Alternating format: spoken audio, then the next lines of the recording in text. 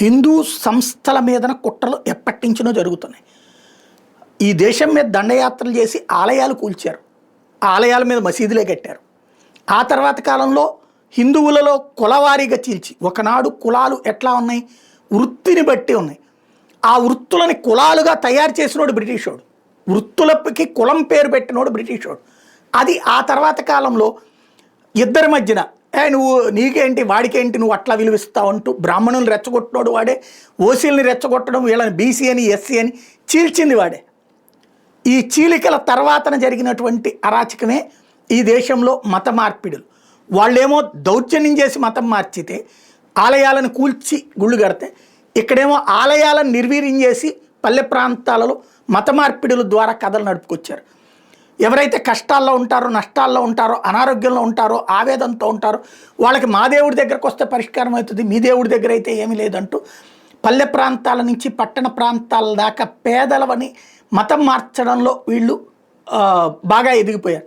వాళ్ళకి మంచి జరిగితే మన దేవుడు వల్ల, చెడు జరిగితే ఇంతకుముందు నీ మత ప్రారంభం వల్ల అని చెప్పేటటువంటి విచిత్రమైనటువంటి దీనికి ఫాలోఅప్గా ఇప్పుడు ఆలయాల మీదన జరిగినటువంటి అతిపెద్ద కుట్రలో ఒకటి ధర్మస్థలానికి సంబంధించి దారుణమైనటువంటి ప్రచారం, దుర్మార్గమైనటువంటి ప్రచారం. అక్కడ చేసినటువంటి ప్రచారం ఏ స్థాయిలో అంటే దేశంలో ఉన్న శైవాలయాలన్నిటి మీద అనుమానాలు వ్యక్తం చేసేటంతటి స్థాయిలో వీళ్ళు ప్రచారం చేసుకొచ్చారు. ఆలయాలంటేనే ఇట్లుంటాయి అన్నటువంటి తరహా ప్రచారాలు చేశారు, రకరకాల వీడియోలు చేశారు, రకరకాల దారుణమైనటువంటి స్టేట్మెంట్స్ ఇచ్చారు. ఇప్పుడు హిందూ ఆలయాలకు సంబంధించినటువంటి కుట్ర ధర్మస్థల సాక్షిగా బద్దలైంది. ప్రభుత్వమే అక్కడ ఏ సేవలు లేవని తేల్చింది, దర్యాప్తు అధికారులు అక్కడ ఏమీ లేదని తేల్చారు. అది ఏ బీజేపీ గవర్నమెంట్ ఉండుంటే ఖచ్చితంగా బీజేపీ హషప్ చేసిందని చెప్పేవాడు. అక్కడ ఉన్నది కాంగ్రెస్ గవర్నమెంట్, బీజేపీ పక్కా వ్యతిరేకమైనటువంటి సిద్ధరామయ్య, హిందుత్వ వ్యతిరేకమైనటువంటి సిద్ధరామయ్య అక్కడ ఉంది. అయినా కూడా ఇప్పుడు అక్కడ ఏమీ చేయలేని పరిస్థితి. ఏదో ఒక ఏడాది క్రితం, 2 ఏళ్ల క్రితం అంటే గనక ఇప్పుడు ఏమన్నా అనాథ తీసుకెళ్ళి అక్కడ పాతిపెట్టి చూపెట్టేవాళ్ళేమో. 25 ఏళ్ల క్రితము, 15 ఏళ్ల క్రితం అన్నారు కాబట్టి అప్పటి శవాల్ని వీళ్ళు ఫోరెన్సిక్లో దొరికిపోతారు కాబట్టి పాతలేదు, లేకపోతే పాతి మరీ చూపెట్టేవాళ్ళేమో.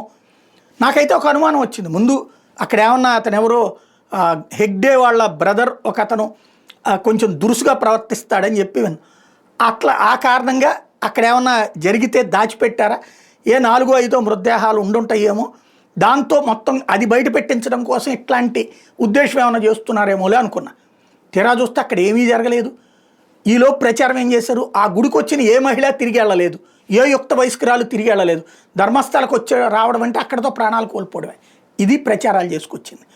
ఓవరాల్గా ఆలయాల వ్యవస్థ మీదనే ఒక దారుణమైనటువంటి విషయాన్ని చింపే ప్రయత్నం చేశారు. ఫైనల్గా ఏం తేలింది అంటే అదంతా పచ్చి కుట్ర అని తేలింది.